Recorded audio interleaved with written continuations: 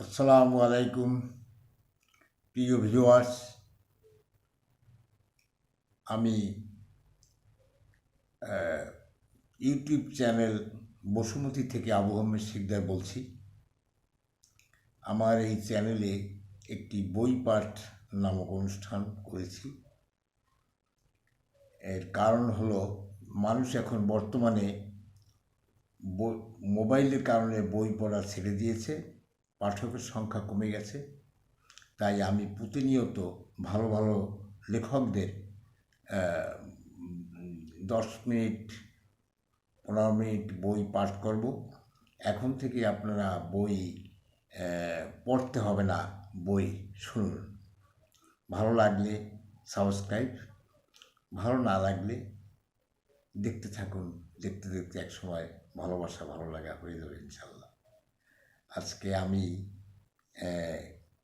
বিখ্যাত লেখক মীর মোশাররফ হোসেনের সে বিশ্বাস হিন্দু থেকে পাঠ করছি।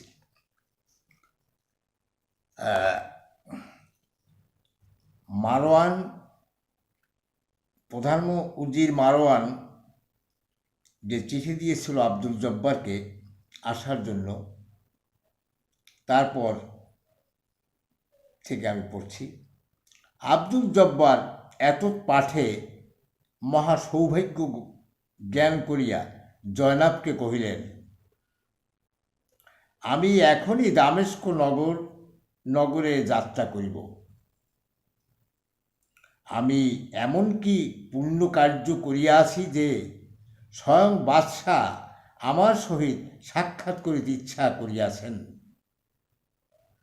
ঈশ্বর জানেন ভবিষ্যতে কি আছে।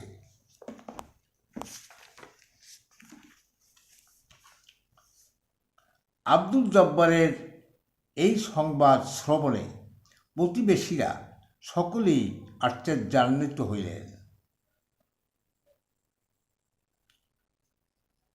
আব্দুল জব্বারের মহা সৌভাগ্য, সকলেই শাহিনামা মহামান্যে মস্তকোপরি রাখিয়া দামেস্ক সিংহাসনের গৌরব রক্ষা করিলেন। সকলেই এক বাক্যে আব্দুল জব্বারের গুণানুবাদ করিয়া কহিলেন, আব্দুল জব্বারের কপাল ফিরিল। সমবয়সীরা বলিতে লাগিল, ভাই তুমি তো ভাগ্যকুলে বাদশাহের নিকট পরিচিত হইলে, সম্মানের সহিত রাজ দরবারেও আহত হইলে আমাদের কথা মনে রাখিও। আব্দুল জব্বার ব্যতিব্যস্ত হইয়া রাজধানী গমনে উদ্যোগী হইলেন। আত্মীয় স্বজন এবং সাধারণ প্রতিবেশীগণের নিকট ও জয়নাবের সমক্ষে বিনম্রভাবে বিদায় গ্রহণ করিলেন। শাহী দরবারের গমনোপযোগী যে সকল বসন তাহার ছিল তৎসমস্ত সংগ্রহ করিয়া বাহকে বাহন সমবিহারে দামেস্ক নগরাভিমুখী গমনার্থ প্রস্তুত হইলেন। প্রতিবেশীবর্গ সহাস্য বদনে তাহার প্রশংসা গান কীর্তন করিতে করিতে স্ব আবাসে চলিয়া গেলেন। জয়নাবের চক্ষু দুইটি বাষ্প শরীরে পরিপূর্ণ হইল।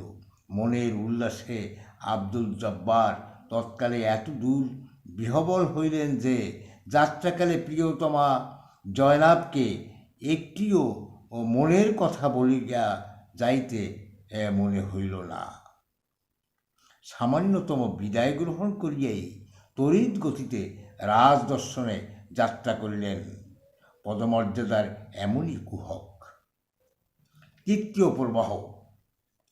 এদিদের শিরায় শিরায় শোণিত বিন্দুর গতি, প্রতি পরমাণু অংশে, প্রতি শ্বাস প্রশ্বাসে, শয়নে স্বপ্নে জয়লাভ লাভের চিন্তা অন্তরে অবিরতভাবে রহিয়াছে।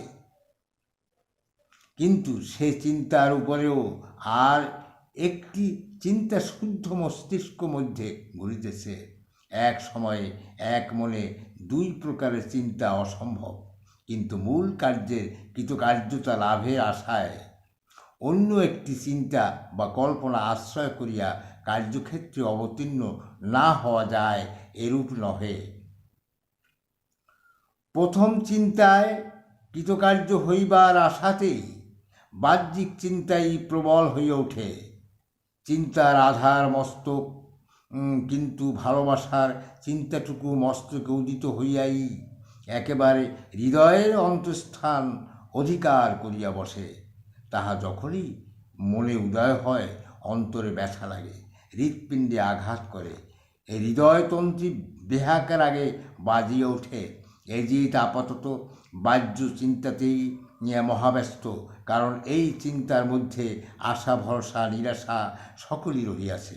কাজেই পূর্বভাবের কিঞ্চিৎ পরিবর্তন বোধ হইতেছে। এজিদের নয়নে, ললাটে ও মুখশ্রীতে যেন ভিন্ন ভাব অঙ্কিত। দেখিলেই বোধ হয় যেন কোনো দগ্ধীভূত বিকৃত ধাতুর উপরে কিঞ্চিৎ রজতের পাকা গিলটি রহিয়াছে। হঠাৎ দেখিলে চাকচিক্য বিশিষ্ট রজত পাত্র বলিয়াই ভ্রম জন্মে, কিন্তু মনোনিবেশ করিয়া লক্ষ্য করিলে সমাবৃত বিকৃত ধাতুর পরমাণু অংশ নয়নগোচর হইয়া চাকচিক্য বিশিষ্ট উজ্জ্বল ভাব যেন বহু দূরে সরিয়া যায়। পুরবাসীগণ এবং আমাত্যগণ সকলেই রাজপুত্রের তাদৃশ্য বাহ্যিক প্রসন্ন ভাব দর্শন করিয়া মহা আনন্দিত হইলেন। মারওয়ান যদিও প্রধানমন্ত্রী ছিলেন না, কিন্তু এজিদের বুদ্ধি, বল, সহায়, সাহস, যত কিছু কার্য সকলেই মারওয়ান। প্রধানমন্ত্রী হাসান কেবল রাজকার্য ব্যতীত সাংসারিক অন্য কোনো কার্যে মারওয়ানের মতে বাধা দিতে পারিতেন না, কারণ তিনি এজিদের প্রিয়পাত্র। সকল সময়ই সকল বিষয়েই মারওয়ানের সহিত এজিদের পরামর্শ হইত। পরামর্শের সময় অসময় ছিল না। কী পরামর্শ তাহারাই জানিতেন। মারওয়ান বলিলেন, রাজকুমার, মহারাজ বর্তমান না থাকিলে আপনাকে কখনোই এত কষ্ট পাইতে হইত না। এজিদ বলিলেন, পুত্রের স্বাধীনতা কোথায়? কি করি? পিতা বর্তমানে, পিতার অমতে কোনো কার্যে অগ্রসর হওয়া পুত্রের পক্ষে অনুচিত। আমি হাসান হোসেনের ভক্ত নহি, শাহজাদা বলিয়া মান্য করি না, তাহাদের আনুগত্য স্বীকার করি না, নত শিরে তাহাদের নামে দণ্ডবধ করি না। সেই জন্য পিতা মহাবিরক্ত। আবার অন্যায় বিচারে একজনের প্রাণবধ করিয়া স্বার্থসিদ্ধি করিতে সাহস হয় না, ইচ্ছাও করে না। লোকাপবাদ, তাহার পর পরলোকের দণ্ড, আর কেন? মহারাজ যে একটু ইঙ্গিত করিয়াছেন, তাহাতেই তো মনস্কামনা সিদ্ধি, আর কি চায়?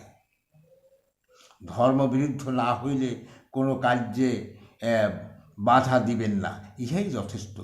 সে মন্ত্রণা করিয়া কার্য আরম্ভ করা হইয়াছে। যদি কৃতকার্য হইতে পারি, তবে আর অন্য পথে যাইবার আবশ্যক কি? একটা গুরুতর পাপভার মাথায় বহন করিবারই বা প্রয়োজন কি? নরহত্যা মহাপাপ। হঠাৎ সাদিয়ানা বাদ্য বাজিয়া উঠিল।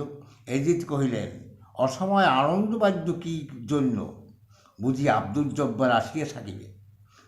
উভয়ে একটু ত্রস্তভাবে দরবার অভিমুখে অগ্রসর হইলেন। রাজকর্মচারীগণের প্রতি যে যে প্রকার আদেশ করিয়াছিলেন, তৎসমস্ত প্রতিপালিত হইয়াছে।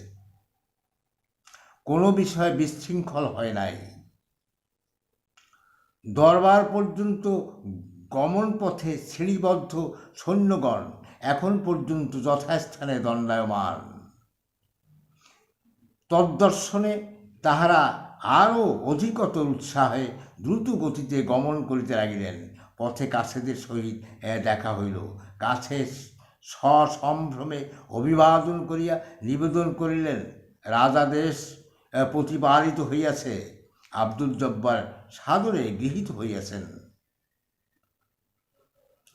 মহারাজ, আমদরবার বরখাস্ত করিয়া আব্দুল জব্বারের সহিত খোশমহলে বার দিয়েছেন।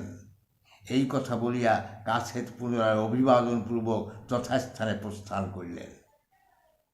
এজিদ মারওয়ানের সহিত আনন্দ মন্দিরে উপস্থিত হইয়া মহারাজকে অভিবাদন করিলেন এবং রাজাজ্ঞা প্রাপ্তিক্রমে নির্দিষ্ট স্থানে উপবেশন করিয়া আব্দুল জব্বারের সহিত মহারাজের কথোপকথন শুনিবার অপেক্ষায় উৎসুক রহিলেন। আব্দুল জব্বার বিশেষ সতর্কতার সহিত জাতীয় সভ্যতা রক্ষা করিয়া করজোড়ে মহারাজ সমীপে বসিয়া আছেন। পুত্রের পরামর্শ মতো এজিদের জননী স্বামীর নিকট যাহা বলিয়াছেন, যে প্রকার কথার প্রস্তাব করিতে পরামর্শ দিয়াছিলেন, মাবিয়া অবিকল সেই রূপ বলিতে লাগিলেন। আব্দুল জব্বার, আমার ইচ্ছা তোমাকে আমি সর্বদা আমার নিকটে রাখি।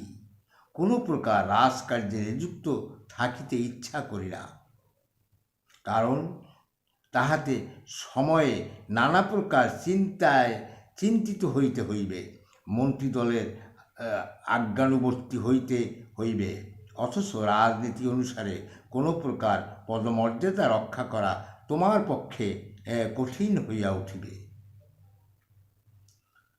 কাজেই সকলের নিকট হাস্যাস্পদ হওয়াই সম্ভাবনা। আমার ইচ্ছা যে তোমাকে নিশ্চিন্তভাবে রাজ পরিবারের মধ্যে রাখিয়া দিই। করজোড়ে আব্দুল জব্বার বলিলেন, আমি দাসানুদাস আজ্ঞাসহ ভৃত্য, যাহা আদেশ করিবেন শিরোধার্য করিয়া প্রতিপালন করিব।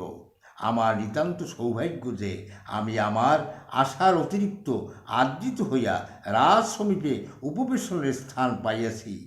মাবিয়া বলিলেন, আব্দুল জব্বার, আমার মনোগত অভিপ্রায় প্রধান উজির মারওয়ানের মুখে শ্রবণ করিয়া তোমার প্রতিজ্ঞা পালন করো। আমার উপাসনার সময় অতীত প্রায়, আমি আদিকার মতো বিদায় হইলাম।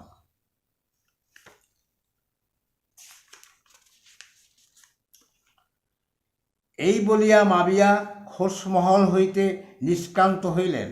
মন্ত্রী মারওয়ান বাদশাহের প্রতিনিধি স্বরূপ বলিতে লাগিলেন, মাননীয় আব্দুল জব্বার সাহেব, আমাদের ইচ্ছা যে রাজ সংসার হইতে রাজোচিত আপনার নিত্য নিয়মিত ব্যয়োপযোগী সম্পত্তি প্রদানপূর্বক অদ্বিতীয় রূপ যৌবন সম্পন্ন বহু গুণবতী নিষ্কলঙ্ক চন্দ্রাননা মহামাননীয়া রাজকুমারী সালেহার সহিত শাস্ত্র সঙ্গত পরিণয় সূত্রে আবদ্ধ করিয়া এই দামেস্ক নগরে আপনাকে স্থায়ী করি। ইহাতে আপনার মত কি? কর্ণে এই কথা প্রবেশ করিবা মাত্র আব্দুল জব্বার মনের আনন্দে বিভ্রান্ত হইয়া কিছুই উত্তর করিতে পারিলেন না। এজিদের ভগ্নী সালেহার পাণিগ্রহণ করিবেন, স্বাধীনভাবে ব্যয় বিধান জন্য সম্পত্তিও প্রাপ্ত হইবেন, ইহা অপেক্ষা সুখের বিষয় আর কি আছে? জীবনে যাহা তিনি আশা করেন নাই, স্বপ্ন যে অমূলক চিন্তা, সে স্বপ্নেও কোনো দিন যাহা উপদেশ পান নাই, অভাবনীয় রূপে আজ তাহাই তাহার ভাগ্যে ঘটিল। ঈশ্বর সকলেই করিতে পারেন। মন্ত্রীমুখে এই বাক্য শ্রবণ করিয়া আব্দুল জব্বার যেন ক্ষণকালের জন্য আত্মহারা হইলেন। তখনই সম্মতিসূচক অভিপ্রায় জানাইতেন, কিন্তু হর্ষবিহ্বলতা আশু তাহার বাকশক্তি হরণ করিল। ক্ষণকাল পরে বলিলেন, মন্ত্রীবর, আমার পরম সৌভাগ্য রাজাদেশ শিরোধার্য। আজকে এ পর্যন্তই থাক। আগামীতে আবার শুনতে পাবেন বিষাদ সিন্ধু, মীর মোশাররফ হোসেনের বিষাদ সিন্ধু। আশা করি ভালো লাগবে। লাইক, কমেন্ট, সাবস্ক্রাইব করলে ভালো লাগবে। ধন্যবাদ। ভালো থাকুন, সুস্থ থাকুন। আসসালামু আলাইকুম রহমতুল্লাহ বারকাতুহু।